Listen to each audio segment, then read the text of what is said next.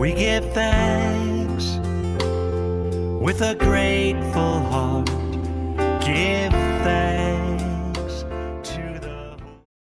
Then the Lord said to Moses, "Tell the Israelites to turn back and encamp near Pi-hahiroth, between Migdol and the sea. They are to encamp by the sea, directly opposite Baal-zephon. Pharaoh will think, the Israelites are wandering around the land in confusion, hemmed in by the desert, and I will harden Pharaoh's heart, and he will pursue them. But I will gain glory for myself through Pharaoh and all his army, and the Egyptians will know that I am the Lord." So the Israelites did this.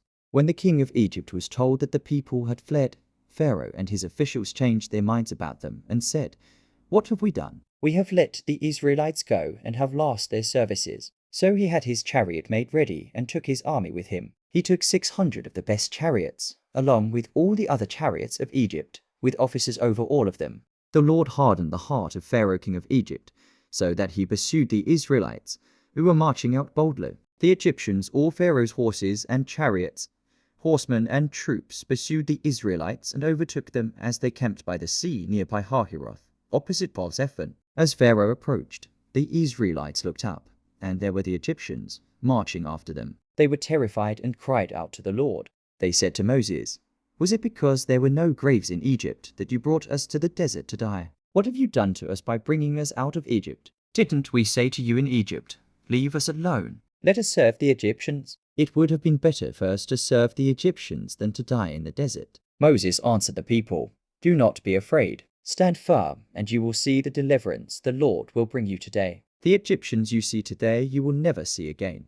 The Lord will fight for you. You need only to be still." Then the Lord said to Moses, "Why are you crying out to me? Tell the Israelites to move on. Raise your staff and stretch out your hand over the sea to divide the water so that the Israelites can go through the sea on dry ground. I will harden the hearts of the Egyptians so that they will go in after them. And I will gain glory through Pharaoh and all his army, through his chariots and his horsemen.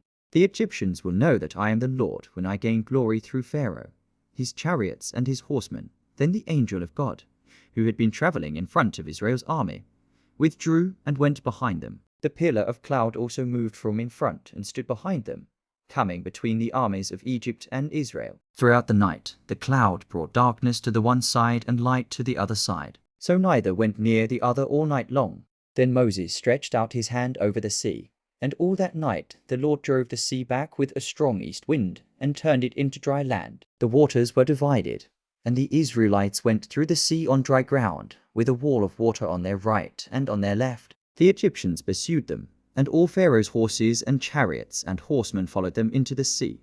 During the last watch of the night, the Lord looked down from the pillar of fire and cloud at the Egyptian army, and threw it into confusion. He jammed the wheels of their chariots so that they had difficulty driving. And the Egyptians said, "Let's get away from the Israelites. The Lord is fighting for them against Egypt." Then the Lord said to Moses, "Stretch out your hand over the sea, so that the waters may flow back over the Egyptians and their chariots and horsemen." Moses stretched out his hand over the sea, and at daybreak the sea went back to its place. The Egyptians were fleeing toward it, and the Lord swept them into the sea. The water flowed back and covered the chariots and horsemen, the entire army of Pharaoh that had followed the Israelites into the sea. Not one of them survived. But the Israelites went through the sea on dry ground, with a wall of water on their right and on their left. That day the Lord saved Israel from the hands of the Egyptians, and Israel saw the Egyptians lying dead on the shore. And when the Israelites saw the mighty hand of the Lord displayed against the Egyptians, the people feared the Lord and put their trust in him and in Moses his servant.